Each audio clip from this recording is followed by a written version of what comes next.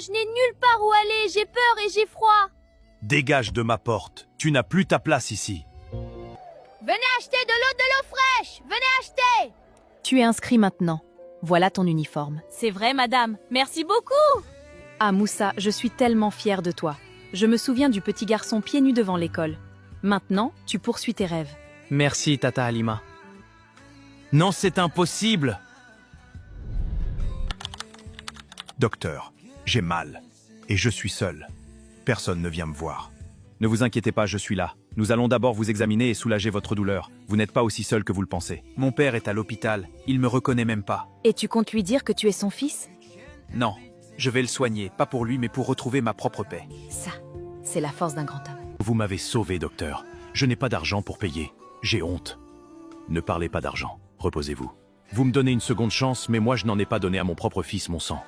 Après la mort de sa mère, j'ai fait la pire erreur. J'ai chassé mon enfant. Il avait 7 ans. Je l'ai mis à la rue à cause de ma nouvelle épouse. Peu de temps après, elle est partie avec tout mon argent. Elle m'a laissé seul sans rien. Depuis ce jour, je n'ai plus jamais eu de nouvelles de mon fils. Je ne sais pas où il est. Je ne sais pas comment il a grandi. Je ne sais même pas s'il est encore en vie. Je regrette chaque jour ce que j'ai fait. J'aimerais lui dire que je suis désolé. Juste une fois. Mais je ne sais pas si le ciel me donnera cette chance. Je suis certain qu'il vous pardonnera. Comment peux-tu savoir ça? Parce que je suis ton fils, je suis Moussa. Moussa, mon fils, je t'ai jeté dans la rue juste parce que j'étais égoïste. C'est vrai, je t'ai haï. Longtemps. Mais maman m'avait appris à ne jamais abandonner, à ne jamais laisser la haine diriger mon cœur. Je ne pouvais pas te laisser mourir. Je me suis promis que j'aiderais les autres pour ne jamais devenir l'homme que tu étais. Je pensais ne jamais te pardonner, mais la vie t'a déjà assez puni. Quant à moi, j'ai choisi un métier que j'aime, sauver des vies. Et aujourd'hui, je sauve la tienne. Est-ce que tu peux encore m'appeler papa? Je ne sais pas, mais vu que tu es de retour, on verra.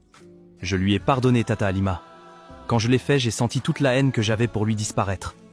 Je suis fière de toi et je suis certaine que ta mère serait fière de toi aussi. Tu vas me mettre où maintenant? Je n'ai nulle part où aller.